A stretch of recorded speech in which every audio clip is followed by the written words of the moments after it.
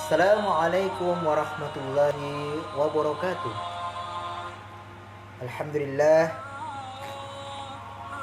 alhamdulillahilladzi anzala rasulahu bil huda wa dinil haq liyuzhiru 'ala ad-dini wa kafa billahi syahida. Wa asyhadu an la ilaha illallah wahdahu la syarikalah wa asyhadu anna Muhammadan abduhu wa rasuluh. Segala puji bagi Allah Subhanahu wa taala. Alhamdulillah, kembali kita dipertemukan untuk senantiasa mengajak di dalam kebaikan. Dan tentunya tak lupa pula kita haturkan junjungan kita Nabi Allah, Nabi besar Muhammad sallallahu alaihi wasallam. Kalau kita berbicara tentang baginda kita Nabi besar Muhammad sallallahu alaihi wasallam, setiap perkataan manusia terkadang itu ada yang diterima, ada yang bisa ditolak. Ya. Imam Anas bin Malik rahimahullah boleh mengatakan illa soibu hadal khobar, kecuali itu kuburnya daripada Rasulullah sallallahu alaihi wasallam. Beliau menunjuk ke belakang, illa soibu hadal khobar. Yang dimaksud adalah kubur dari Rasulullah sallallahu alaihi wasallam. Kapan kita menolak risalah dari beliau, maka itulah disebut orang kafir. Dan ketika kita menerima risalah dari baginda kita Nabi besar Muhammad sallallahu alaihi wasallam, maka itulah yang disebut orang yang beriman. Saudaraku yang kucintai karena Allah Subhanahu wa taala, alhamdulillah, tentunya di sore hari ini alhamdulillah Allah berikan kita suatu nikmat kesehatan. Alhamdulillah aktivitas yang kita lakukan berjalan dengan lancar seperti bagaimana biasanya. Berbicara tentang hidayah, seperti yang saya telah tulis di tema yang siaran langsung pada sore hari ini. Ketika hidayah menyapamu, ada yang mengatakan begini, saya bro, kayaknya belum siap. Kayaknya saya ini tidak dapat hidayah. Ada yang mengatakan demikian kan? Ada yang mengatakan begini, kayaknya saya belum siap, saya sholat bosku, saya belum dapat hidayah. Jadi begini, bagaimana hidayah itu datang bisa menyapamu kalau engkau tak berusaha untuk mendatanginya? Dan bagaimana caranya? Caranya untuk kita mendapatkan hidayah dari Allah, banyak-banyak untuk kita berkumpul dengan orang-orang yang mengajak dalam kebaikan. Banyak-banyak untuk kita untuk berkunjung ke rumah Allah. Terkadang hidayah itu datang mungkin dari teman kita, banyak sebenarnya. Namun terkadang seseorang itu ketika mengatakan alhamdulillah, saya sudah berhijrah, saya sudah berubah. Tetapi terkadang hijrah bukan hanyalah perkataan. Hijrah bukan cuma sekedar penampilan. Penampilan tentu sangat menipu. Tapi lihatlah, berhijrah bagaimana engkau istiqomah di jalan Allah Subhanahu wa taala. Berhijrah yang tadinya Anda mungkin penuh dengan kemaksiatan, yang tadinya mungkin antum itu penuh dengan keburukan, akhirnya antum berhijrah, alhamdulillah bisa menjadi orang baik. Namun bagaimana untuk mempertahankan hijrah tersebut? Makanya Rasulullah sallallahu alaihi wasallam beliau senantiasa berdoa, ya muqallibal qulub tsabbit qulubana 'ala dinik. Beliau mengatakan dan berdoa, wahai yang membolak-balikan hati, tetapkan hati kami di atas agamamu.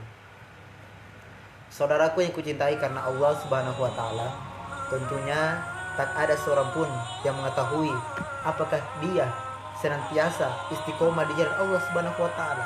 Apalagi di zaman kita yang sekarang, di zaman yang serba canggih, bahkan media sosial yang senantiasa terkadang kita juga tergiur akan keadaan. Bahkan saya pun terkadang juga tergiur dalam hal itu. Tentunya watawasau bil haq watawasau bis sabr. Kita nasihat, menasihati dalam hal kebenaran, wa tawasau bis sabar, kita nasihat, kita ajak dalam hal kesabaran. Saudaraku yang kucintai karena Allah Subhanahu wa taala. Dan jalan untuk mendapatkan hidayah adalah banyak-banyak untuk kita dekat kepada Al-Qur'an.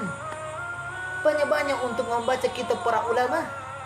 Banyak-banyak untuk kita hadir di majelis ta'lim. Banyak-banyak untuk kita hadir bagaimana kita makmurkan masajidun, masjid-masjid Allah Subhanahu wa taala. Dan tentunya banyak orang-orang yang mengatakan seperti begini. Saya sibuk. Saya tidak punya waktu untuk membaca Al-Qur'an. Karena saking sibuknya, semua orang kalau mau dibilang semua mempunyai kesibukan. Hanya saja dia bisa menyesuaikan waktunya. Ada waktu-waktu tertentu. Ada orang yang mungkin dia menghafal Al-Qur'annya mungkin nanti tengah malam. Ada juga orang yang menghafalnya mungkin selesai subuh. Kita tidak mengetahui bagaimana seseorang itu melakukan amalan. Dan jangan kita memvonis antum ini tidak ada gunanya. Antum ini apa juga antum bikin, tidak pernah membaca Al-Qur'an apa. Kita tidak mengetahui.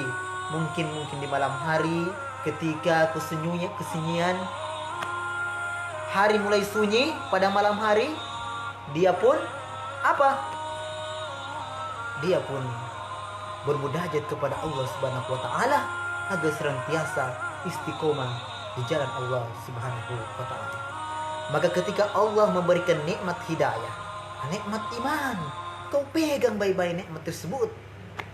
Maka kalau nikmat tersebut sudah lari, sudah lepas pada diri seorang hamba, maka tentunya tak ada seorang pun yang dapat untuk memberikan hidayah kepada. Hidayah adalah milik Allah Subhanahu wa taala. Maka bukan milik siapa-siapa. Bahkan seorang nabi tak bisa untuk memberikan hidayah kepada anaknya, selayaknya Nabi Nuh ingin menolong anaknya, namun begitulah Allah tak memberikan hidayah kepada anaknya. Seorang ayah yang beriman, dia tak bisa untuk memberikan hidayah kepada anaknya. Artinya hidayah adalah milik Allah. Makanya banyak orang mengatakan begini, padahal itu dia punya bapak ustadz, tapi kok anaknya seperti ini? Seharusnya seperti bapaknya. Biasa kan begitu. Ada yang mengatakan anaknya ustadz, tapi modelnya bukan seperti bapaknya. Begitulah. Terkadang senantiasa banyak penilaian orang. Al-kalamun nas la yantahi abadan. Kalau kau dengar perkataan manusia ini, la yantahi, tidak akan habis hatta yaumil qiyamah, tidak akan pernah habis. Orang mau bilang begini, antum tidak bagus begini, antum bagusnya begini, tidak akan pernah habis. Orang mau bicara akan orang tora begini begitu. Itu tergantung dari pribadi kita sendiri. Maka jadilah orang-orang yang tidak terpengaruh akan keadaan. Orang mau bilang orang begini, begitu. Yang penting tujuan kita untuk bagaimana kita perbaiki diri kita, senantiasa kita merendahkan diri di hadapan Allah Subhanahu wa taala. Maka banyak mengatakan begini, saya sibuk, saya tidak punya waktu untuk melaksanakan ibadah kepada Allah. Saya sibuk, tidak punya waktu untuk membaca Al-Quran. Sehari pun kau tak punya waktu untuk membaca Al-Quran. Wa yu'azubillah. Wa yu'azubillah. Saudaraku yang kucintai karena Allah Subhanahu wa taala, ada yang mengatakan, saya tidak punya waktu karena saya bekerja. Saya tidak punya waktu karena saya banyak urusanku. Apalagi mereka sudah berumah tangga. Ya. Maka pasti mengatakan hal yang demikian. Saya sibuk untuk mencari nafkah. Terkadang ada sebagian orang yang mengatakan begitu. Bahkan ada yang mengatakan begini, saya nanti berubah, nanti saya sudah menikah. Saya mau berubah, saya mau berhijrah kalau saya sudah dapatkan itu pekerjaan. Saya mau berhijrah dan saya mau berubah kalau saya sudah S1. Saya mau berhijrah, saya mau berubah kalau Allah titipkan anak kepadaku. Namun itu hanyalah sebatas perkataan. Terkadang semua orang bisa untuk melontarkan retorikanya. Ya, orang itu bisa dengan cerdas, dengan kata-kata bijaknya yang mengatakan begini begitu, tapi terkadang semua hanyalah ucapan dalam lisan tanpa memberikan tindakan sedikit pun. Yang orang lihat pada hari ini bukan kau pintar berbicara begini begitu, tapi bagaimana kau implementasikan hal tersebut, kau aplikasikan. Ya, ketika engkau bertemu dengan umat, ketika ada ilmu yang kau dapatkan, dakwai mereka. Mungkin dengan jalan itu, mungkin dengan kita mendakwai orang, 1-2 orang yang dengar, alhamdulillah. Tak perlu mungkin orang sampai ratusan ribuan. Ya. Orang-orang terdahulu 1-3 orang tetap untuk didakwai. Kalau 1 orang itu mereka bisa berubah karena dakwamu, alhamdulillah. Itulah kesyukuran. Kita lanjut. Saudaraku yang kucintai karena Allah Subhanahu wa ta'ala, kalau kita tidak punya waktu untuk senantiasa banyak untuk mengintrospeksi diri, itulah banyak-banyak untuk terkadang kita untuk menyendiri, bagaimana untuk kita merenungi kehidupan ini. Ya, kita renungi kehidupan ini. Apa yang sudah saya lakukan selama hidup saya? Atau justru semakin bertambahnya umur, justru hari kemarin justru lebih baik daripada hari ini. Ada orang yang mengatakan begini, alhamdulillah, umurku telah bertambah. Justru bertambahnya umur, justru semakin dekat engkau untuk menuju liang lahat. Yang menjadi pertanyaan, apa yang akan kau bawa ketika engkau sudah menghadap kepada Sang Ilahi? Makanya Allah Subhanahu wa ta'ala berfirman, alhaakumut takatsur hatta zurtumul maqabir. Bermegah-megahan telah membuat kau lalai sampai kau lupa bahwasannya hatta zurtumul maqabir, kau pun akan masuk ke liang lahat. Saudaraku yang kucintai karena Allah Subhanahu wa ta'ala, manusiawi, ketika kita mengajak orang, maka orang pasti akan mengatakan kita itu mungkin dikatakan orang yang alim, sok baik. Begitulah, akan ada cemoohan, cacian orang-orang yang mengatakan janganlah terlalu ekstrim atau mungkin terlalu keras. Karena kalau kita tidak keras di dalam berdakwah, maka kita lihat bagaimana realita yang terjadi di zaman kita. Betapa banyak fitnah, bahkan diriwayatkan dalam satu hadis, orang yang paginya dia beriman, sorenya dia kafir. Ya, bayangkan saking beratnya fitnah pada hari itu. Tentunya kita berharap semoga kita senantiasa istiqomah di jalan Allah Subhanahu wa ta'ala. Maka bagaimana caranya? Kita berusaha untuk dekat kepada siapa? Kepada para asatiz, para habaib, para kiai. Kita minta ilmu kepada mereka. Jangan cuma minta selfie. Alhamdulillah, saya foto dengan ustadz besar, saya selfie dengan ustadz besar. Kalau antum bertemu dengan ulama, antum bertemu dengan ustadz, minta ilmunya. Jangan cuma untuk pamer selfie foto, alhamdulillah saya bertemu dengan ustadz besar, tapi kau tak minta ilmu dengannya, sungguh sangat merugi engkau. Maka ketika kau bertemu dengan orang-orang yang berilmu, maka minta ilmu dari mereka. Begitulah orang-orang yang terdahulu. Bedanya dengan kita di zaman sekarang. Orang-orang dahulu luar biasa untuk menuntut ilmu. Sekarang kita alhamdulillah terbuka, banyak kajian, bahkan di media sosial.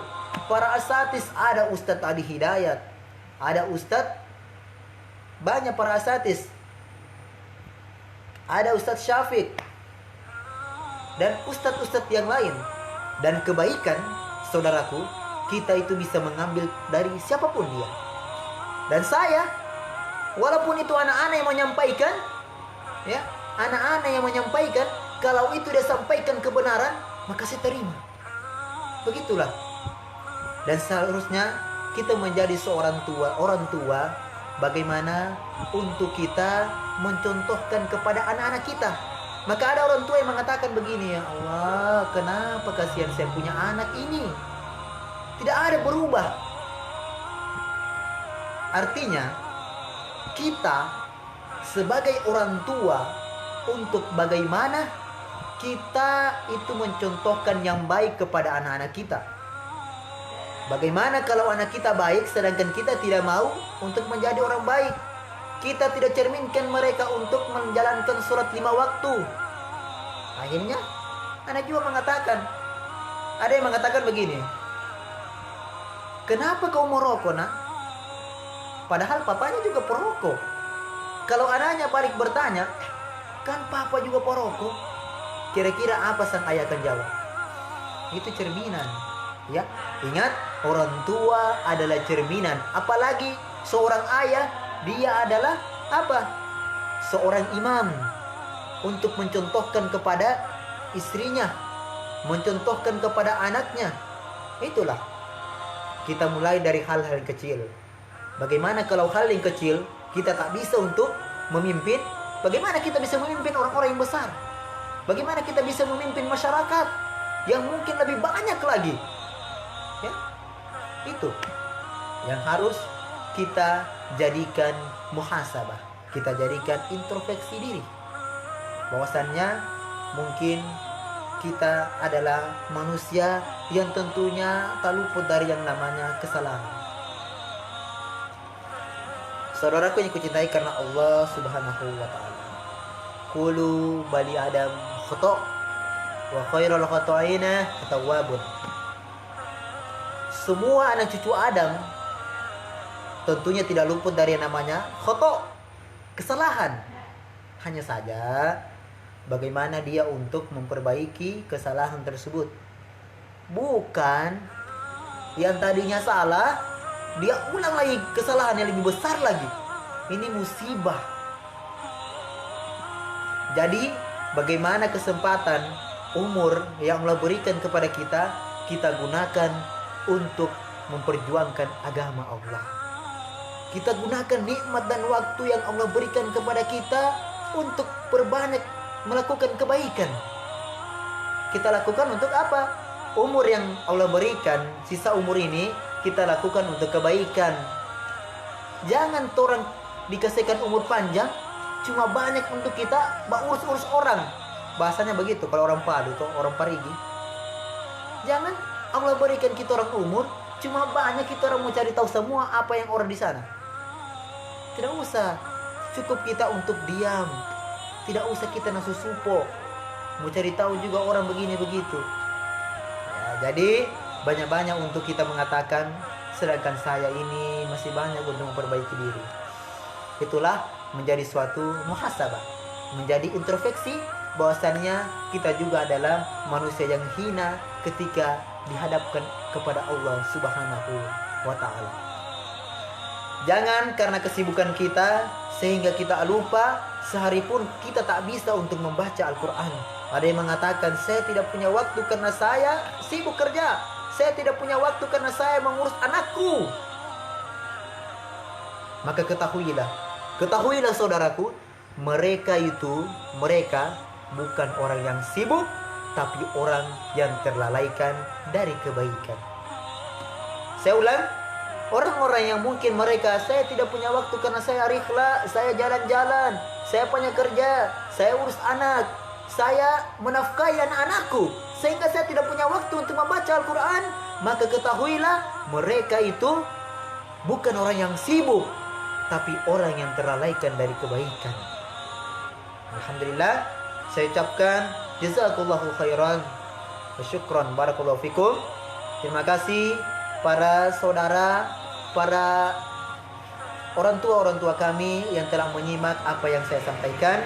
Semoga apa yang kami sampaikan juga memberikan manfaat, faedah.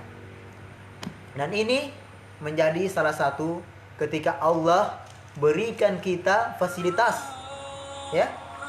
Allah berikan kita fasilitas handphone. Untuk apa? untuk kita jadikan sebagai apa? Untuk berdakwah di jalan Allah Subhanahu wa taala, untuk membantu di jalan Allah Subhanahu wa taala.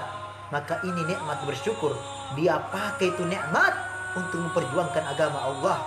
Dia pakai itu nikmat untuk membela agama Allah.